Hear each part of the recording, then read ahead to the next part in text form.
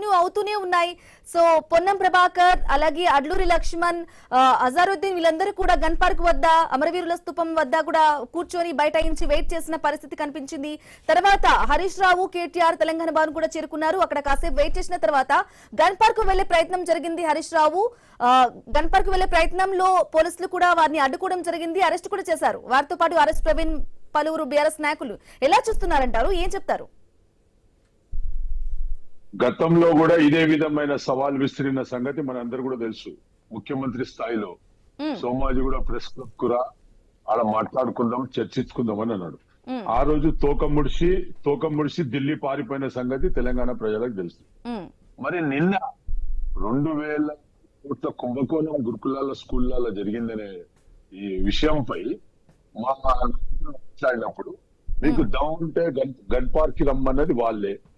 మరి మేము gun park కి, మా నాయకులు దమ్ము కాదు, మా నాయకుడు తెలంగాణ కాపాడే బిడ్డలు, మా నాయకులు తెలంగాణ తెచ్చిన నాయకులు. సరే మేము వస్తున్నామని చెప్పేసి బయలుదేరితే మధ్యలో పోలీసులు పెట్టి ఆపడం ఏంది, అరెస్ట్ చేయడం ఏంది? మరి మీరు సవాళ్లు మీరే విసురుతారు, పారిపోతారు మీరే, అరెస్ట్ చేపిస్తారు మీరే. ఈ తెలంగాణలో ప్రజాపాలన అంటారు, ఇది రాక్షస పాలన నడుస్తుంది. శాంతియుత వాతావరణంలో చర్చలు చేసుకుందామంటే కూడా మీరు చర్చకు రానప్పుడు మీరు ప్రభుత్వం ఏం చేస్తుంది, ప్రభుత్వం చెప్పిన హామీలు ఏమైనాయి, అవినీతి ఏమైతుంది, ఇవన్నీ కూడా ప్రజలు గమనిస్తున్నారు. మీరు ఎందుకు భయం, ఎందుకు మీకు భయం ఎందుకు? మీరు ఒకవేళ నిజాయితీగా పనిచేసిన కాంగ్రెస్ ప్రభుత్వం అయితే, కాంగ్రెస్ మంత్రులు గాని, కాంగ్రెస్ ముఖ్యమంత్రి గారు గాని ఒకవేళ మీరు నిజాయితీ పరులు అయితే మీరు చర్చకు రావాలి కదా. మీకు చర్చకు రావాలి, మమ్మల్ని చర్చకు పిలుస్తారు, మమ్మల్ని అరెస్ట్ చేపిస్తారు. ఇది ఎక్కడ న్యాయం, ఇది ఎక్కడ పద్ధతి? ఇప్పుడు కూడా చెప్తున్నాము, ఇప్పుడు కూడా కేటీఆర్ గారు చెప్తున్నారు, ఆయన తెలంగాణ భవన్ లోనే ఉన్నాడు. ఒకవేళ జూపల్లి కృష్ణారావుకు ఒకవేళ చిత్తశుద్ధి ఉంటే, వాళ్ళ అవినీతి పరులు కాకపోతే రమ్మనండి, మేము తెలంగాణ భవన్ లో రెడ్ కార్పెట్ వేసి ఆయనతో చర్చకు సిద్ధంగా ఉన్నాం. మాకేమి మీతోటి గొడవలు చేసుకునే అవసరం లేదు, అలా ఏమి ఫిజికల్ గా ఏమి అటాక్ కాదు.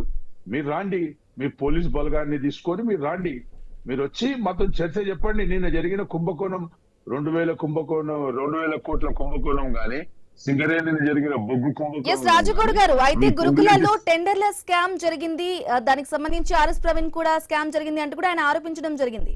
అయితే ఆ స్కామ్ ని 600 కోట్లు 2000 కోట్లు అంటూ కూడా అబద్ధం చెప్తున్నారు అంటూ కూడా మనతో పలువురు కాంగ్రెస్ వాళ్ళు మాట్లాడినప్పుడు కూడా చెప్తూ ఉన్నారు. మరి దానికి సంబంధించి కూడా మేము చర్చకు సిద్ధమే, అన్ని విషయాలు కూడా మాట్లాడతాం, మా దగ్గర క్లియర్ కట్ లెక్కలున్నాయి అన్ను చెప్తున్నారు. అయినప్పటికీ ఎందుకు అసలు ఈ చర్చ జరగలేదు అనుకోవాలంటారు? ఇప్పుడు ఆ కుంభకోణం వాస్తవమే అనే ఉద్దేశంతో ఈరోజు చర్చకు రాకుండా తోక ముడిసిండ్రు. మేము కూడా పూర్తి ఎవిడెన్స్ తోటి, పూర్తి వాళ్ళు చేసిన కుంభకోణం తోటే మేము కూడా బయటకు వచ్చినాం. మాతో కూడా ఆధారాలు ఉన్నాయి. రమ్మన్నాడు కదా, మళ్ళీ మేము బయలుదేరినాం కదా, మా నాయకుడు బయలుదేరిన కదా. ఈరోజు హరీష్ రావు గాని, ఆర్ఎస్ ప్రవీణ్ గాని, శ్రీనివాస్ గౌడ్ గారు గాని వీళ్ళందరూ కూడా బయలుదేరింది కదా. మనం మీరు చర్చకు రెడీ పెడుతుండే, మాకు చర్చకు రమ్మని సవాళ్ళు మీరే విసురుతారు, తోక ముడిచి పారిపోతారు వీళ్ళే. ఇప్పుడు కూడా చెప్తున్నాం, బీఆర్ఎస్ పార్టీ తరఫున మేము చర్చకు సిద్ధంగా ఉన్నాం. మా కేటీఆర్ గాని, మా హరీష్ రావు గాని, మా నాయకులు గాని మేము చర్చకు సిద్ధం ఉన్నాం. ఈ రాష్ట్రంలో అనేక కుంభకోణాలు జరుగుతున్నాయి, ఈ రాష్ట్రంలో అనేక భూ కబ్జాలు జరుగుతున్నాయి, అనేక టెండర్ విషయంలో అక్రమాలు జరుగుతున్నాయి. ఇవన్నీ అడ్డుకుంటామనే ఉద్దేశంతో వీళ్ళు ఇవన్నీ ఇలా ఏదో ఇంత న్యూస్ పేపర్ కో లేకుంటే ఏదో సభలో రండి, చర్చకు రండి అంటారు, నెక్స్ట్ డే పారిపోతారు. ఈ యొక్క పరిస్థితి కాంగ్రెస్ పార్టీది ఉన్నది. మీరు చూస్తారు, రాబోయే ఎన్నికల్లో వీళ్ళు ప్రజల్లో తిరిగే పరిస్థితి ఉండదు, ఓటు అడిగే పరిస్థితి ఉండదు కాంగ్రెస్ పార్టీ గురించి. వీళ్ళు ఈ నాయకులకు ప్రజలు మామూలుగా ప్రజలు ఏదో 5 సంవత్సరాలకో లేకుంటే 10 సంవత్సరాలకో ఏదో ప్రభుత్వం మీద వ్యతిరేకత వస్తుంది కానీ, కేవలం 1 నెల 2 నెలల నుంచే తెలంగాణలో అన్ని వర్గాల ప్రజలు అందరూ కూడా వీళ్ళని వ్యతిరేకిస్తున్న సంగతి ఈరోజు మీకు పాత్రిక సోదరులకు కానీ, ప్రింట్ మీడియాకు, ఎలక్ట్రానిక్ మీడియా. తెలంగాణ భవన్ కు జూపల్లి వస్తాను అని చెప్పారు 11 గంటలకు, ఖచ్చితంగా 11 గంటలకు కలుస్తాను, అక్కడ చర్చకు సిద్ధం అంటూ కూడా మాట్లాడడం జరిగింది. ఆ విధంగా కూడా కేటీఆర్, హరీష్ రావు కూడా ఉదయం 10 గంటలకి అక్కడ చేరుకొని కూడా వారి కోసం వెయిట్ చేస్తున్న సందర్భం కూడా చూసాం, చైర్ వేసి మరి. సో అయినప్పటికీ కూడా జూపల్లి రాలేదు. హరీష్ రావు గన్ పార్క్ కు వెళ్ళాలి అని చెప్పేసి కాలినడక బయలుదేరారు. మరి ఎందుకు జూపల్లి రాలేదనుకోవాలంటారు?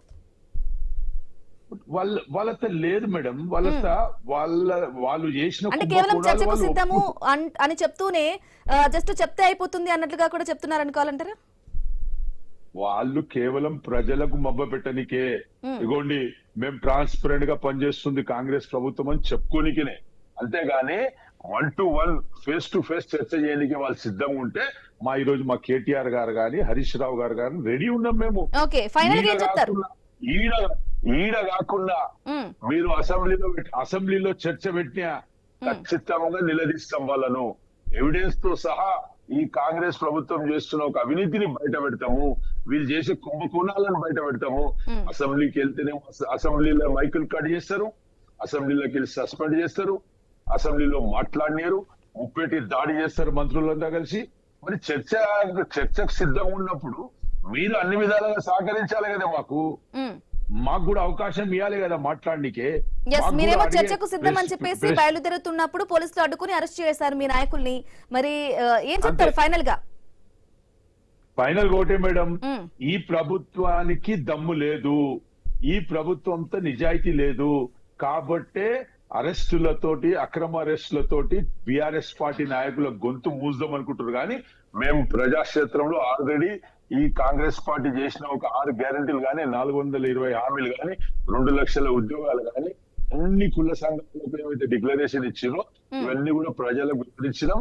ఖచ్చితంగా 28 ఎన్నికల్లో 100 సీట్లతో బీఆర్ఎస్ పార్టీ అధికారంలోకి రావడం ఖాయమని తెలంగాణ ప్రజలు నిర్ణయించుకుంటారు. ఓకే, రైట్ రాజు గారు, థ్యాంక్ యూ అండి.